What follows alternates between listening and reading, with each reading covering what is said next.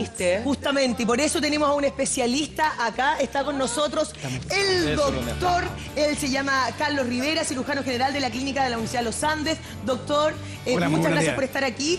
Muchas y gracias. justamente hablar de eso, ¿no? De los mitos que hay alrededor de un quiste. En el fondo, ¿cuándo un quiste me debe preocupar y cuándo no? ¿O siempre hay que tomar ojo?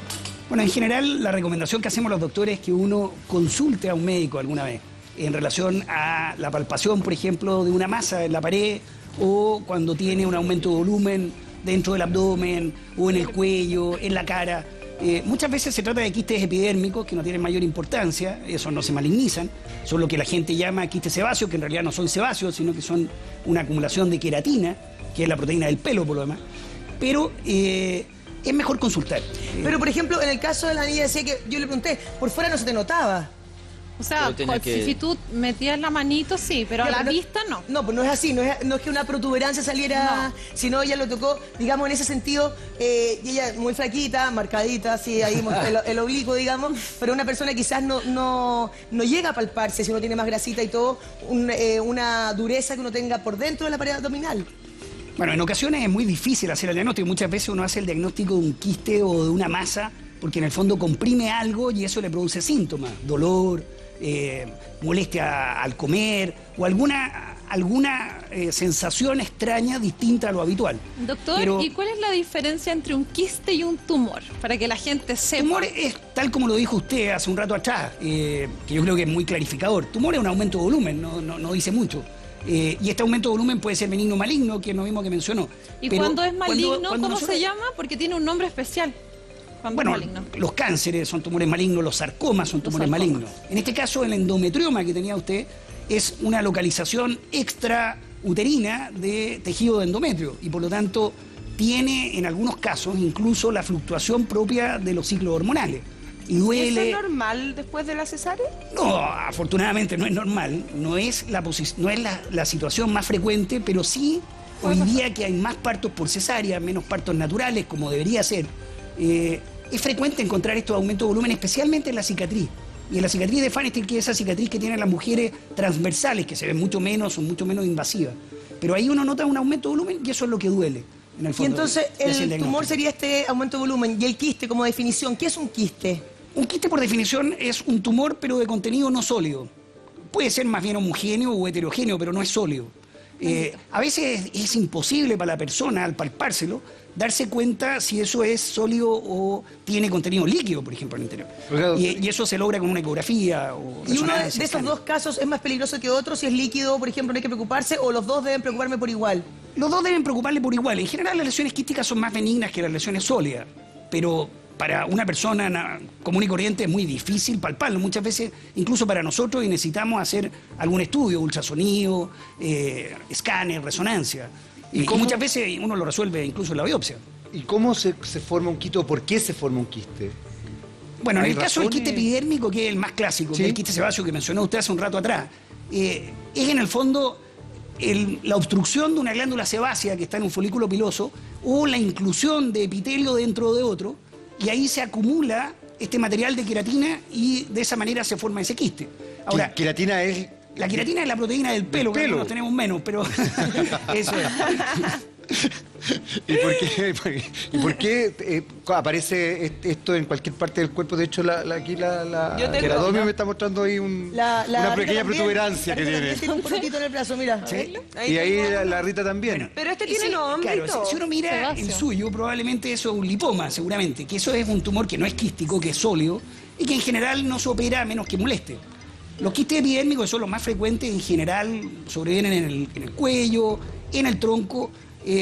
Normalmente nosotros los operamos cuando son visibles, cuando se inflaman, cuando se infectan. ¿Pero por razones estéticas o porque no siempre estéticas? Muchas veces son incómodos, son muy molestos y cuando se contaminan o se inflaman, muchas veces es necesario operarlo porque realmente eso aumenta mucho tamaño. ¿Y dónde es peligroso un quiste o un tumor? ¿En qué lugar así es como...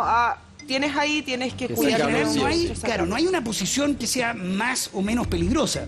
Los más peligrosos son los difíciles de encontrar.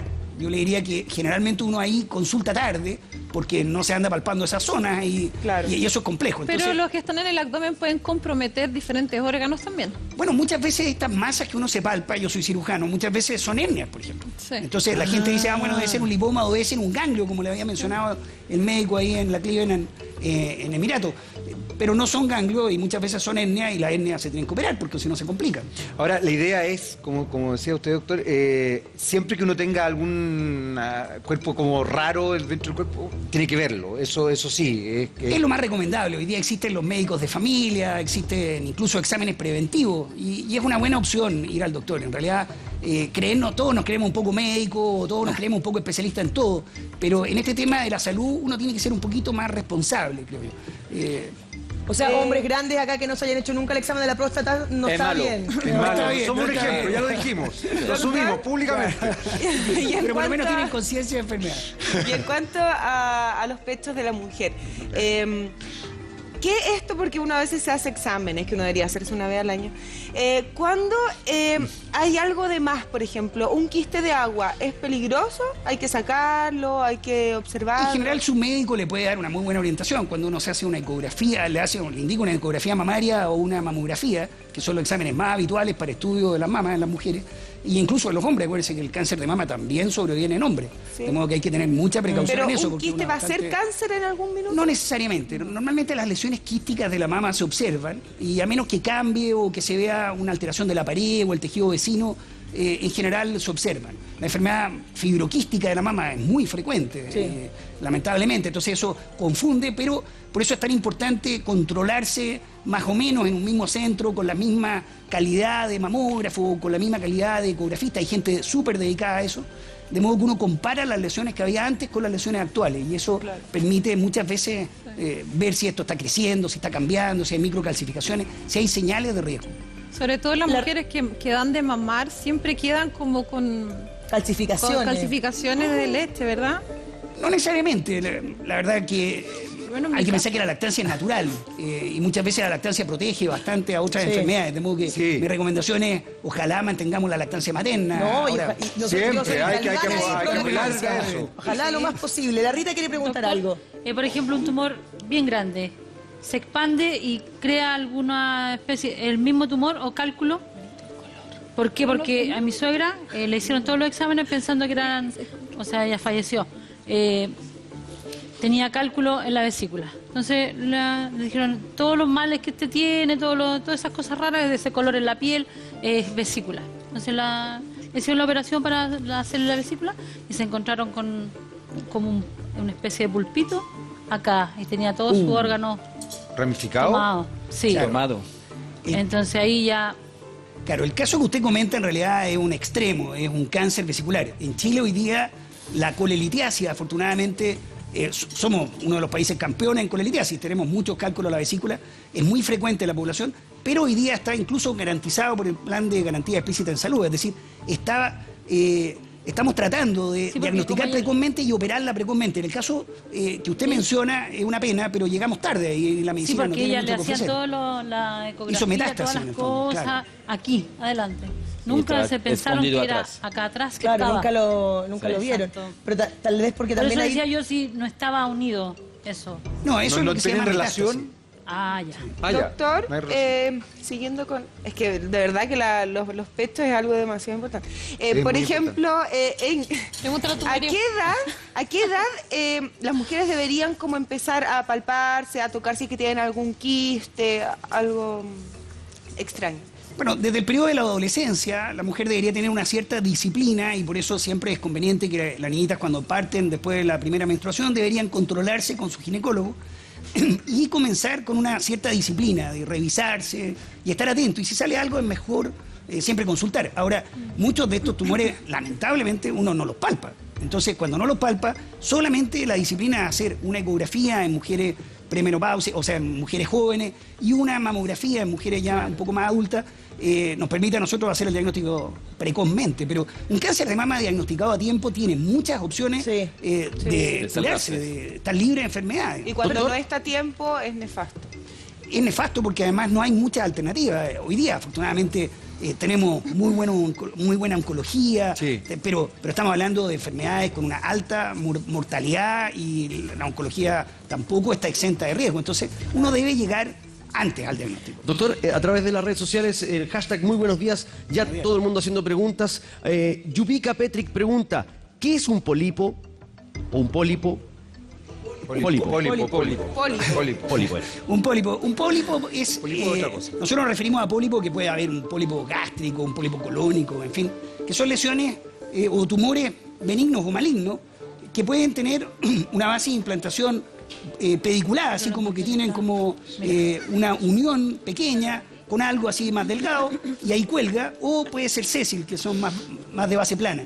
En general los pólipos son más frecuentes en el tubo digestivo. Y en el tubo digestivo los pólipos gástricos, los pólipos colónicos, sobre todo los pólipos colónicos. Y eso es necesario siempre biopsiarlos, revisarlos, controlarse. Muchos de los pólipos se malignizan. Hay pólipos también en otros órganos, por ejemplo en la vesícula. Y cuando nosotros tenemos muchos pólipos en la vesícula, el pólipo vesicular ha cambiado o tiene más de 1 centímetro cuadrado, nosotros como cirujanos recomendamos que la gente se lo extirpe por la vesícula. ¿Cuánto importa el historial familiar? Yo tengo entendido que en la medicina es súper importante como los antecedentes, no tanto, no sé, hablábamos del cáncer de mama, también la gente que tiene a lo mejor ciertas tendencias a hacer pólipo, digamos, en el estómago. Entonces, en general, hay que tener ojo, me debo yo atender o hacer un chequeo médico preventivo a cierta edad si tengo, sobre todo, un historial familiar. Por supuesto, es decir, Javier, aquí hay un tema que nos debe preocupar a todos, es decir, hay una carga de enfermedad genética que es ineludible, uno es hijo de sus padres, hermano de su hermano, digamos, uno tiene una carga genética que puede determinar la aparición de ciertas enfermedades. En los pólipos, por ejemplo, hay enfermedades poliposas que son hereditarias y que incluso nosotros recomendamos extirpar el colon en forma profiláctica porque sabemos que el 100% de esos pacientes va a hacer un cáncer de colon con los años. Así de importante la carga en ese tipo de enfermedades. Y existen otros tipos de alteraciones genéticas que predisponen a tumores en distintas partes. Entonces uno sabe que si es un cáncer de colon, puede hacer un cáncer de páncreas o puede hacer un cáncer en otro sitio. Doctor, de modo que la genética es muy, muy importante. Y la alimentación, por ejemplo, porque se habló, usted mismo dijo que hay algunos quistes que son de grasa, ¿cierto? Sí, por supuesto. Si uno consume mucha grasa, mucho alimento procesado, ¿es más propenso a que le salgan estos quistes, estas acumulaciones? En general, usted tiene razón en el sentido que los quistes muchas veces se alteran o se predispone uno la piel por el tipo de alimentación. Por ejemplo, si yo como más grasa y soy más gordito y no me cuido, eso significa que voy a tener probablemente más riesgo de que se tapen estos poros que son los que la glándula sebácea necesita para poder circular, secretar, para poder lubricar la zona de los pelos.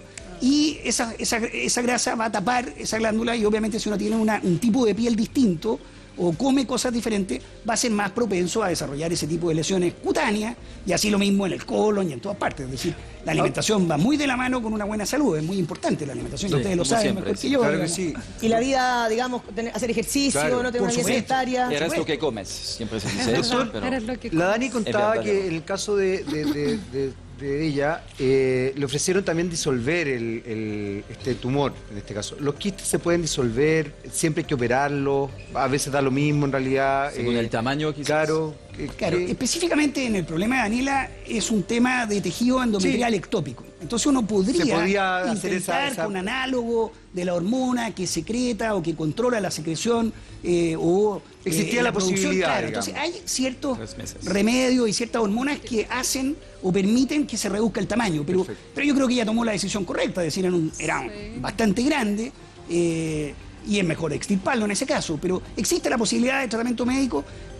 Uno se lo ofrece al enfermo, a veces también el costo es un tema, el riesgo de que el tratamiento no sea Pero la efectivo. recomendación entonces siempre es que más bien extirpar un quiste. En general, si el quiste está ubicado en una zona de riesgo, incomoda o se complica, es mejor operar. Y no es porque sea cirujano, sino que porque esa es una solución definitiva. Ahora, hay que tener cuidado de ser conservador cuando se trata de lesiones benignas, pero tratar de no dejar tejido endometrial ahí, porque si no va a volver a salir. ¿Y qué sería una zona de riesgo en ese sentido, ya que usted lo menciona? Una zona de riesgo es las zonas de roce, por ejemplo, o una zona muy inaccesible para el examen. Entonces, una zona de roce. Y bueno, y obviamente si uno tiene un quiste o un tumor de cualquier tipo en una zona muy visible, es incómodo, ¿no? ¿Verdad? Si uno tiene un quiste aquí en la cara, Claro. que ustedes que son que están en la televisión, obvio que es un tema, digamos. Doctor, pero entonces no hay como un... Porque en el fondo, claro, yo preguntaba los antecedentes familiares porque si no, no existe un chequeo tan interno, digamos, porque uno le permita... Porque una cosa es un quiste que uno le salga visiblemente, no una protuberancia que te salga en alguna parte del cuerpo. Pero otra distinto es como lo que decía la Dani, que era adentro de la pared intestinal, o sea, abdominal, perdón, o es eso como me lo chequeo, no tengo cómo, en el fondo. No hay un chequeo tan exhaustivo que permita detectar un tumorcito chiquitito en algún órgano interno, ¿no? Bueno, en general, la historia a nosotros nos orienta hacia los estudios que hacemos, ¿no? Claro.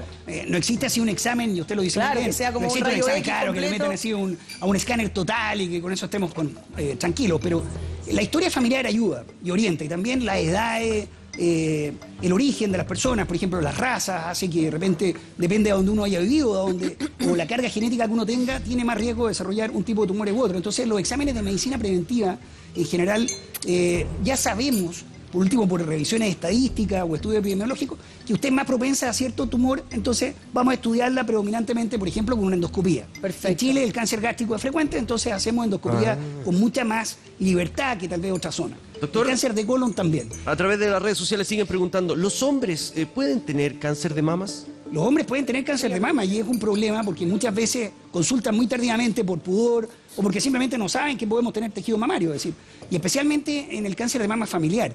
Y es de peor pronóstico que en las mujeres, entonces no es un tema menor. Así que yo le diría, si usted se palpa algo ahí en la mama, aunque sea un televidente hombre, debería consultar y no tener temor. Por eso es que es bueno los exámenes preventivos, porque nosotros hacemos ese examen y es muy simple diagnosticar en el hombre el cáncer de mama. Pero hemos visto estrellas de Hollywood como Angelina Jolie que se sacó justamente ambas senos para prevenir. Sí, pero si no tienes nada, yo creo que es una exageración también sacarse algo. Claro, pero en ese caso la carga genética era gigante. Sí. Exacto, ese era el tema de ella, ¿no? Entonces, la verdad que estaba bien indicado. O sea, yo no creo que nadie vaya a hacer una cirugía tan drástica, radical, por un simple temor. Es decir, ahí está demostrado y está justificado. Y la medicina hoy día, afortunadamente, tenemos lo que se llama la medicina basada en la evidencia. Es decir, la evidencia dice que es mejor hacer esto. So, tenemos que revisar un poco nuestros antecedentes familiares. Ya uno no se mueve por preferencia, lo que me gusta a mí, lo que no me gusta a mí, sino que es lo que la literatura dice. Y obviamente en esos espacios donde queda la duda, bueno, ahí el buen criterio médico, el buen juicio, el tomar la decisión colegiada con otros grupos. Nosotros siempre estamos haciendo reuniones y cosas, y eso es muy bueno porque uno puede compartir su experiencia. Incluso hay foros de médicos, uno puede compartir, y en casos difíciles, extremos, bueno, es finalmente siempre el enfermo el que tiene que tomar la decisión. Pero, claro. Doctor, muchísimas gracias. Gracias. Un aplauso. Gracias, doctor. Muy interesante, y ya lo saben que lo importante siempre es mejor consultar. Sí, siempre. prevenir. Sí, ante Prevenir. la duda, consultar y prevenir, por supuesto.